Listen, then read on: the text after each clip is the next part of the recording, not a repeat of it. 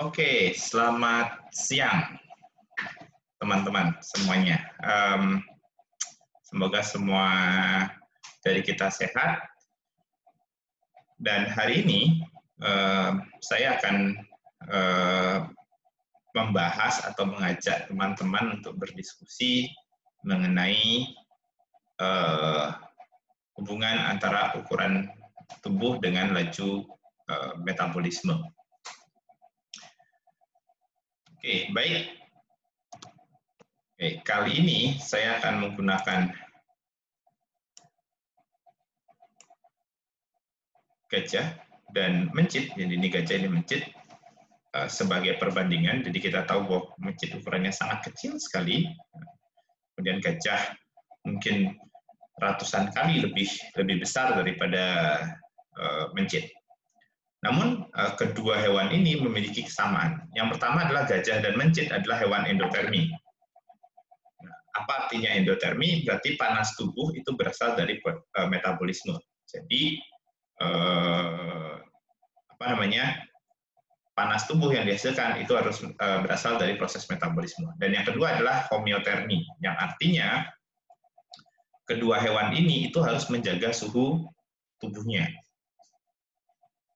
Oke, nah sekarang mari kita lihat apa sih pengaruh perbedaan dari kedua ukuran tubuh ini terhadap beberapa faktor fisiologi.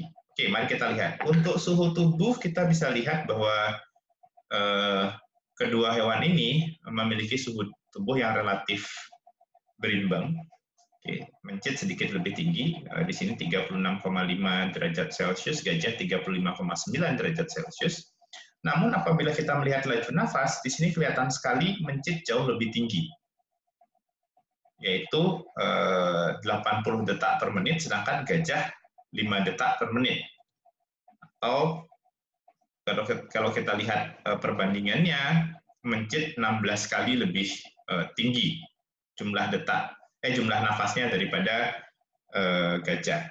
Untuk detak jantung, kita bisa melihat di sini bahwa detak jantung mencit itu 534 detak per menit, sedangkan gajah 35 detak per menit. Atau kalau kita bandingkan, kita bisa melihat detak jantung mencit 15 kali lebih tinggi daripada gajah. Nah, terus kalau kita lihat perbandingan laju metabolisme per kilogram berat badan, yang diukur berdasarkan konsumsi oksigen per kilogram berat badan, di sini kita bisa lihat mencit mengkonsumsi 890 mm kubik oksigen per kilogram berat badan, sedangkan gajah 75 mm kubik oksigen per kilogram berat badan. Atau kalau kita buat perbandingannya, mencit metabolisme per kilogram berat badannya 12 kali lebih tinggi dari gajah. Nah, pertanyaannya, kenapa laju metabolisme per berat badan, kemudian laju nafas dan detak jantung mencit lebih tinggi dari gajah? Oke, ilmuwan masih mencari, atau boleh dibilang penelitian mengenai ini masih berkembang, tapi ada satu faktor yang menarik yang kita akan bahas. Oke, sebelum membahas itu, kita lihat satu fakta bahwa suhu tubuh hewan endotermi itu lebih tinggi dari suhu lingkungan. Oke, kalau masih ingat pelajaran di SMA, ini artinya apa? Hewan endotermi akan cenderung kehilangan panas ke lingkungan. Yang artinya apa? Sebagian energi yang diproduksi oleh suatu makhluk hidup itu akan hilang ke lingkungan. Nah, di mana kita tahu bahwa energi itu berasal dari proses metabolisme. Ya. Nah, salah satu teori yang menjawab fenomena ini adalah rasio luas permukaan tubuh terhadap volume. Oke, mari sekarang kita untuk bahas ini, mari kita lihat dua kubus ini. Asumsikan dua kubus ini adalah dua hewan yang kita perbandingkan. Misalnya yang A ini adalah mencit, dan yang B ini adalah gajah. Oke, kita lihat kubus A itu memiliki rusuk 1 cm. Kubus B 3 cm. Baik.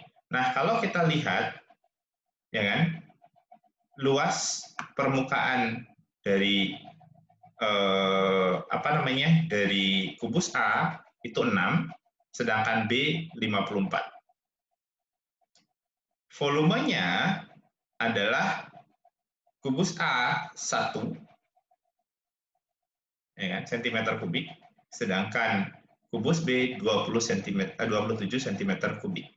Nah, apa makna dari luas dan volume ini bagi hewan? Oke, volume itu menunjukkan jumlah sel. Kalau jumlah sel yang artinya adalah metabolisme yang juga dapat diartikan sebagai kemampuan untuk memproduksi panas di sini. Saya buat seperti itu. Sedangkan luas permukaan itu adalah area tubuh yang melakukan pertukaran panas dengan lingkungan. Oke. Nah, artinya kalau kita hanya melihat data ini, kita bisa lihat bahwa hewan B yang ukurannya lebih besar itu mampu memproduksi panas atau energi lebih tinggi. Ya kan? Oke. Atau memiliki metabolisme lebih tinggi juga boleh dikatakan demikian.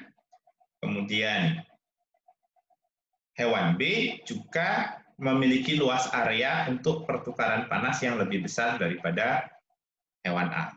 Namun, mari sekarang kita lihat rasio antara laju produksi panas, rasio antara pertukaran panas dengan lingkungan dan kemampuan memproduksi panas. Oke. Di sini kita lihat hewan A nilainya 6, hewan B nilainya 2. Ya. Semakin tinggi, ya kan, nilai dari rasio luas permukaan tubuh per volume, itu artinya semakin besar proporsi energi, ya kan, yang hilang ke lingkungan terhadap total energi yang diproduksi dari proses metabolisme. Atau kalau kita buat kasar, ini tidak yang sebenarnya ya, hanya sekedar perumpamaan, ya kan? Hewan A kalau ini mewakili mencit itu kehilangan 60% energi yang dia produksi berupa panas ke lingkungan. Sedangkan hewan B yang mewakili gajah itu 20%.